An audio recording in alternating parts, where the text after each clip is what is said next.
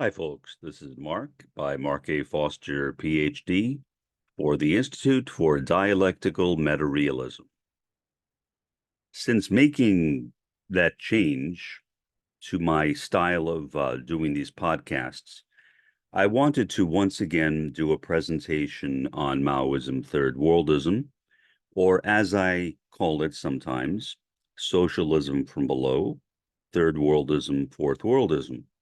In other words, leaving out the attacks on nations and the attacks on politicians, which, as I spoke with a friend of mine over the phone yesterday, she persuaded me was counterproductive, and I agreed with her. I don't think that that is going to accomplish anything. I think it is better to focus on the system as it exists and the thing we would like to see it replaced with, and not to attack politicians and not to attack nations per se. And so instead of attacking nations, for example, I will again be attacking the first world or the capitalist world system. And that will, I hope, be a more productive way of conducting this podcast. So let me start. First, what is Maoism-Third Worldism? What is socialism from below, third worldism, fourth worldism? Answering that question may depend upon who you ask. There's no formal doctrine of it, no formal statement of it. Different people have different approaches to Maoism, third worldism.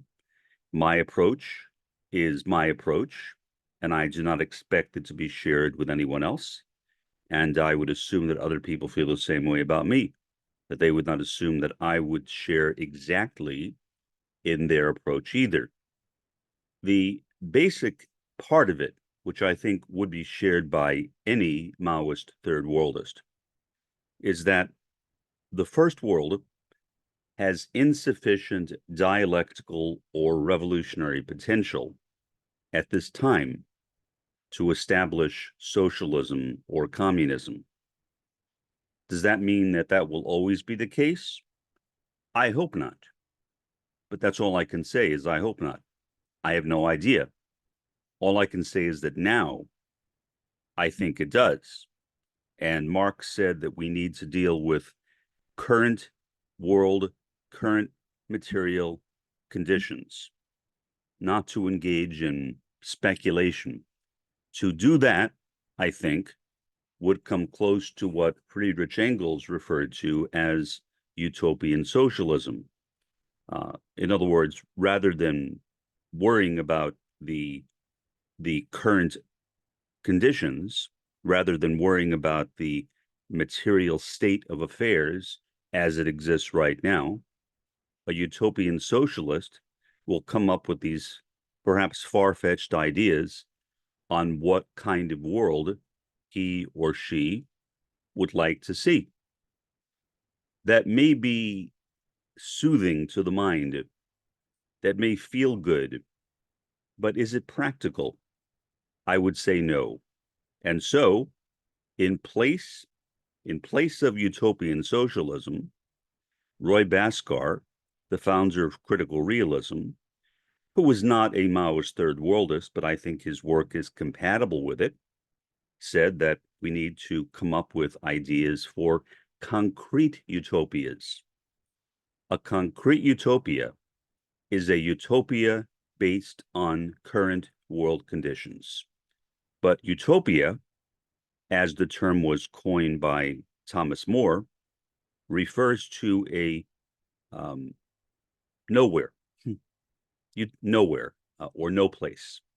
And the pun was made by More of utopia beginning with a U and utopia beginning with an EU. Utopia beginning with a U is nowhere or no place. Utopia beginning with an EU is a good place. And so the joke is kind of a joke that a utopia is a good place that is no place, at least not yet. Whether that idea, whether that good place can be realized, I think depends upon whether that utopia is grounded in current material conditions. So, current material conditions. The first world, the capitalist world system, is in really, really bad shape. I don't think that very many people would disagree with that. They may have different ideas on why it is like that. They may blame some politicians versus others, or whatever kind of narrative they may tell. But it is obvious that the world is in a very bad condition right now. We see the destruction, the genocide in Gaza. We see the ongoing war in Ukraine. And we see other conflicts all over the world. And no one appears to have any solution, any way of resolving these many problems that the world confronts at this precise time.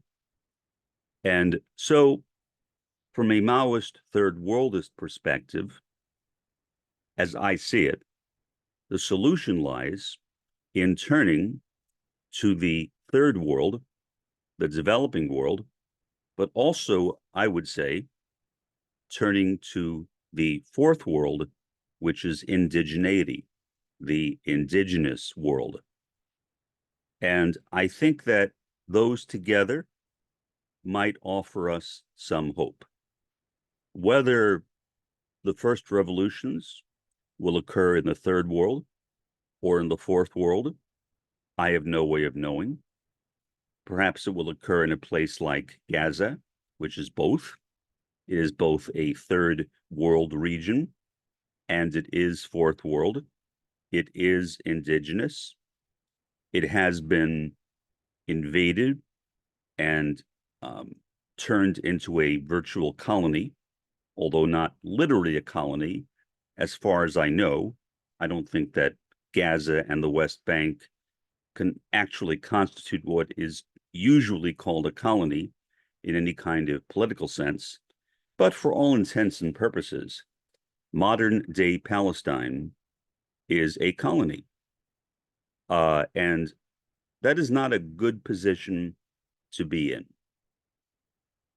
The United States was formed, as I mentioned in a recent episode of this podcast, because you had the 13 colonies in North America that were under the domination of Great Britain. And the colonies were annoyed about what they called taxation without representation, namely, that the colonies were taxed, they had to pay taxes to the crown, and yet they had no voice in the British Parliament. So literally, it was taxation without representation. That is not democracy. I would not even call that a bourgeois democracy, because even bourgeois democracies make a pretense of being democracies. If you do not give people a voice, a way of presenting themselves, of representing themselves, I don't see how that can possibly be considered to be a colony. And as a result of that, the future United States went to war, the Revolutionary War, against Great Britain. As I mentioned a couple of days ago, I assume, I don't know, but I assume that the British Crown, King George, thought that he would likely win that war. After all, they had superior fighting power. They had a navy. What kinds of navy did the future United States have? None at all. And so he assumed that he would win. So why did Britain lose? Again, as I mentioned a couple of days ago, I think he lost because of a lack of familiarity with the land. In other words, the caves, the mountains, the trees, the general topography of what became the United States. There is always a benefit to having a knowledge of where the war is being fought.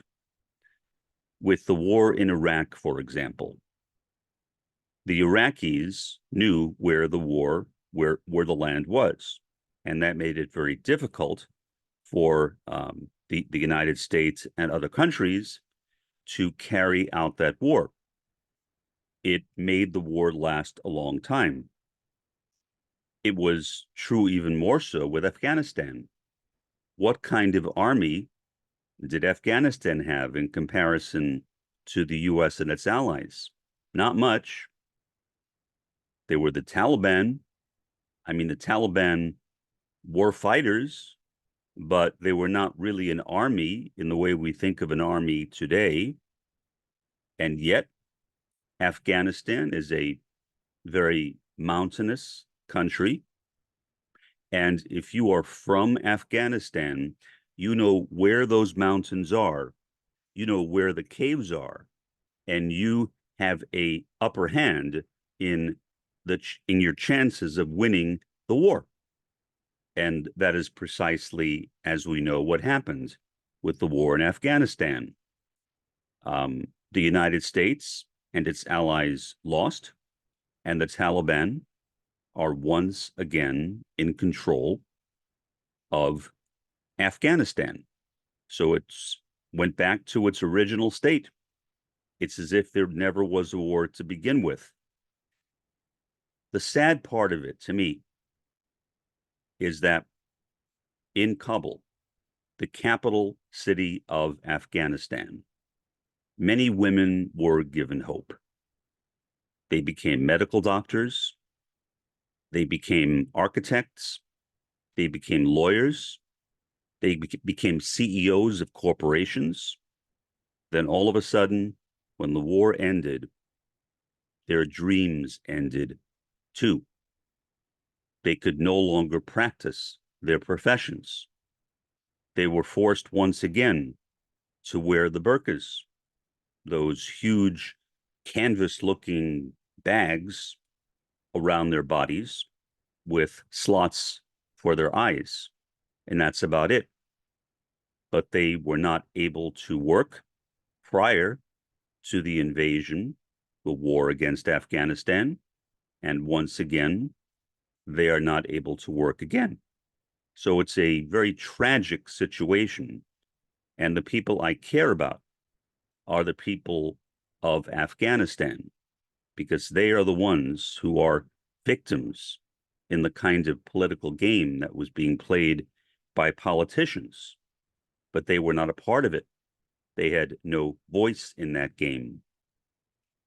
But sadly, their lives are basically ruined because the failure of the West to win that war against the Taliban, the failure of the Afghan government to succeed.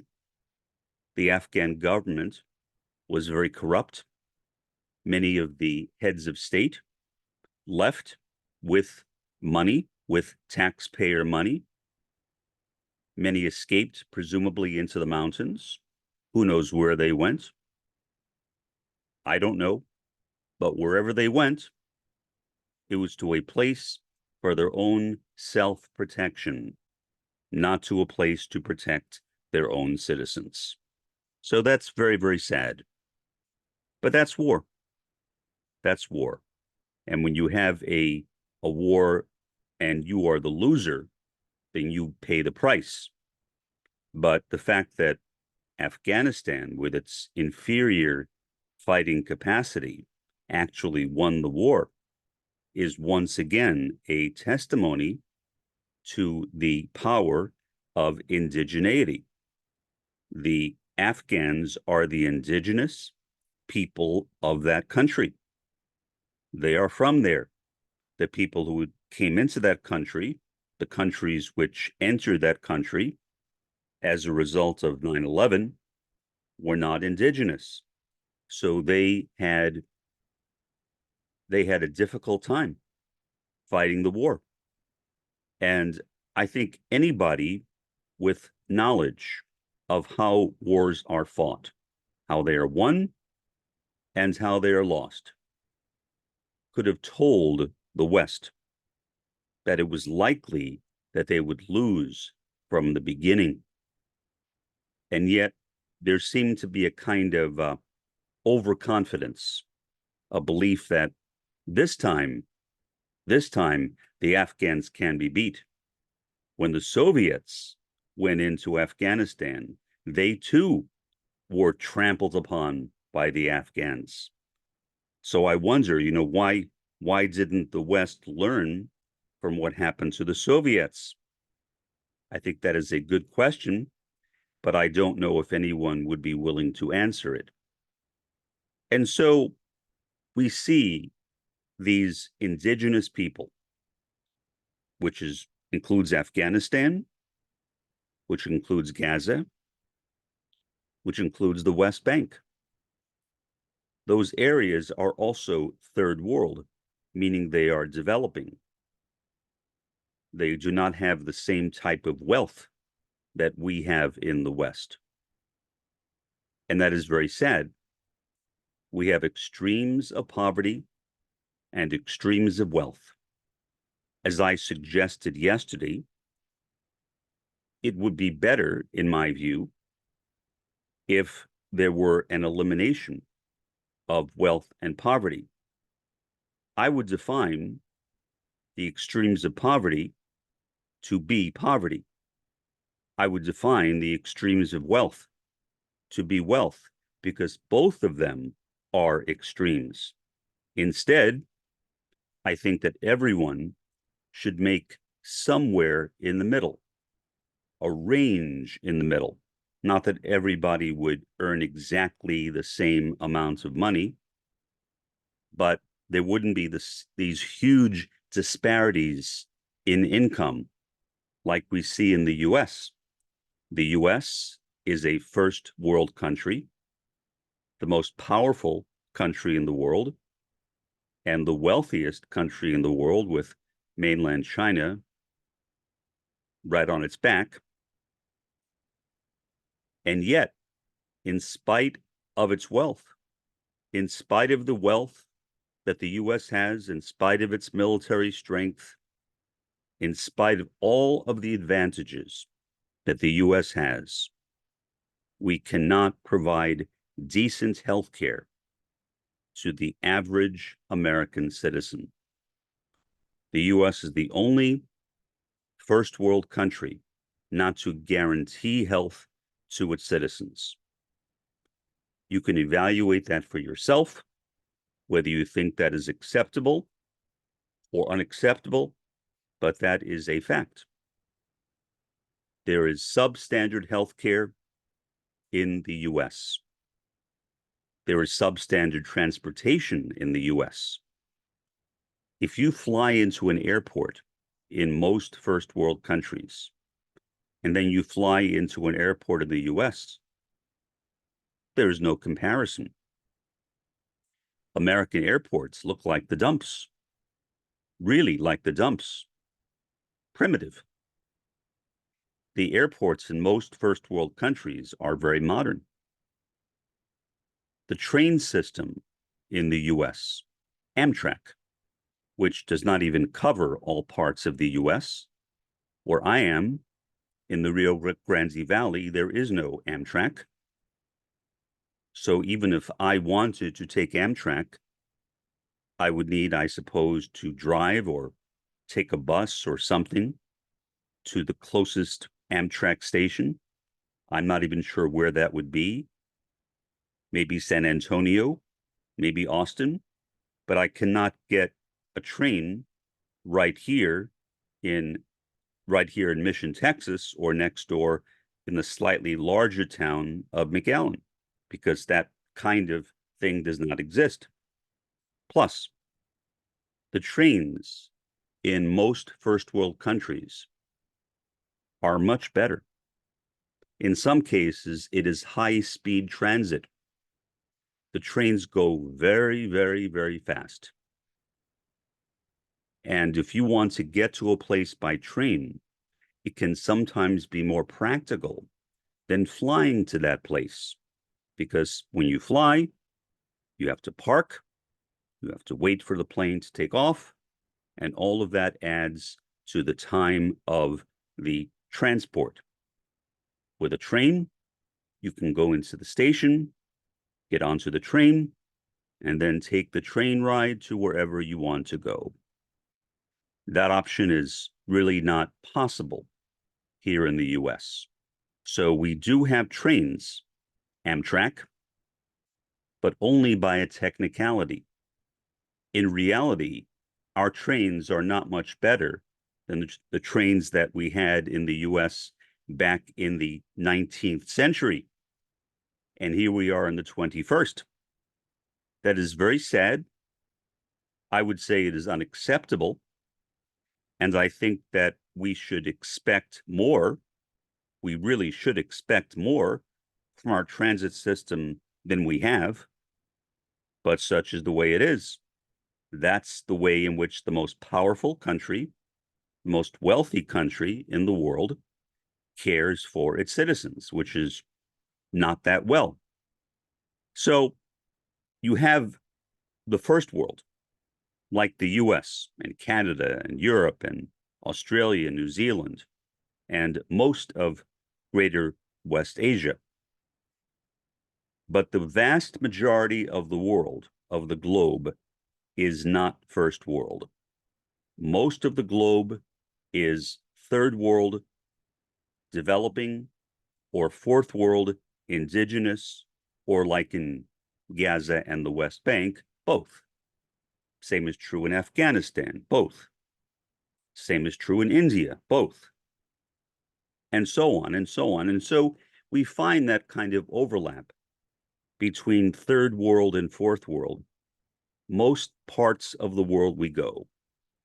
There are some areas that are only one or the other, but they are the exception, not the rule. And yet those third world and fourth world countries are the truly forgotten places in the world. Forgotten because the first world does not seem to care about them.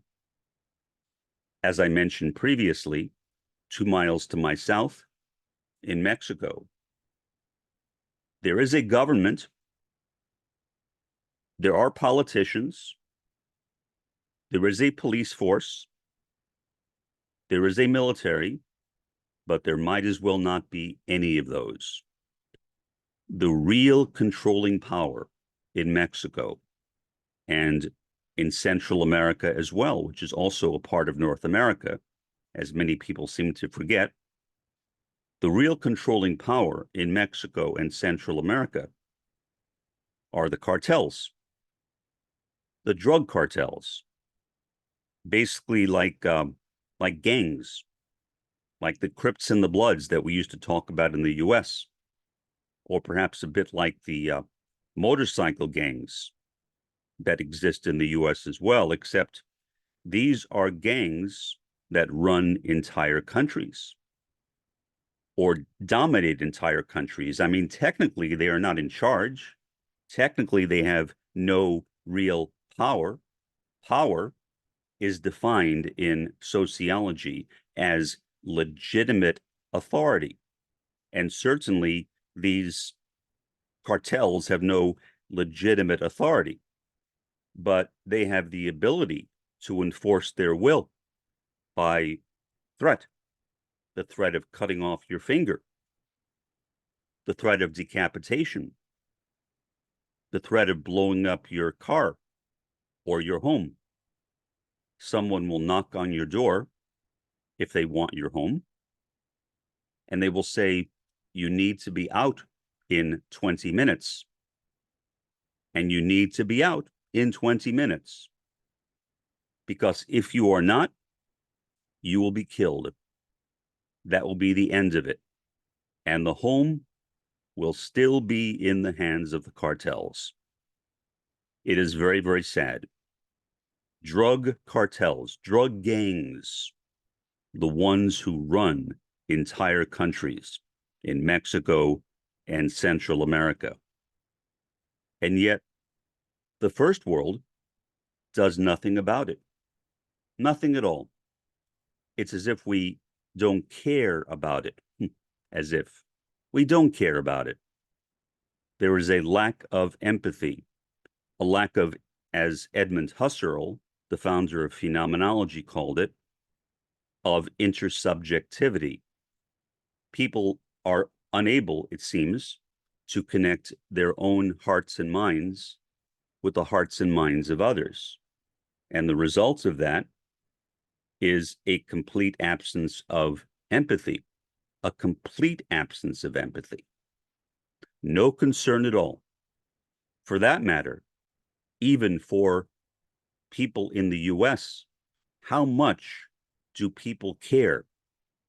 And I'm talking about the average citizen who is not poor. How much do we care for the poor in the US? How much do we care for people who are being malnourished?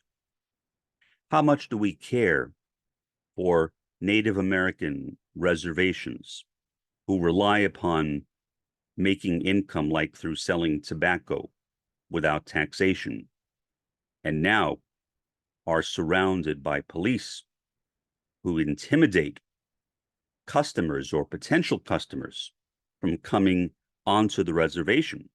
Because once you are off it, the police can ask to search your car, and they can make up some excuse and get away with it. That happens right now in the US. So it isn't only the third world and the fourth world outside of the first world that suffers. It is the fourth world right here in the US. Right here in the US. Why don't we care? Why don't we care? Why don't we try to do something? A massive payout? Something? A massive loan? Something? Because we don't care. We simply do not care. That is evident in the way in which the world works today. And so again, in Maoism-Third worldism, or socialism from below, third worldism, indigenism, the basic idea is that the first world, the capitalist world system, is in charge. If you are not a part of that system, if you are not a part of the first world, or if you are not a part of the ruling class in the first world, then your ability to get things done for yourself and for your family is extraordinarily limited and perhaps even impossible. That is the world that we need to change. Somehow, some way. I don't know how. I wish I did. But we need to do something. The first world needs to come down. When I say come down, I do not necessarily mean that people need to die. Now, I have no idea of what may happen in the future. As I have said many times, I am not a prophet. I am not a seer. So I don't know what will happen tomorrow or even a minute from now. But I hope that the first world, the capitalist world system, does come down, and that the first world, which dominates it, comes down as well. And instead, the power is turned over to the third world and the fourth world, perhaps even the fourth world in the first world. Although, to be honest, that seems somewhat unlikely to me. Because if the first world comes down, I don't know how you would separate the fourth world, like say in the US, the Native American tribes, the Native Hawaiians, the Inuit people of Alaska, how would you separate them from the rest of the United States? Maybe you could do that with the Inuit people, because there are some Inuit people that are, in fact, very isolated. So perhaps there it may be feasible to imagine the survival of an indigenous population in a first world country surviving. Maybe. But I think the best chance is in places that are both third world and indigenous, because they are the ones who love the land, and they are the ones who do not benefit from the wealth of the first world. For the time being, this has been Mark by Mark A. Foster, Ph.D., for the Institute for Dialectical Meta-Realism. Have a pleasant day and an even better day tomorrow.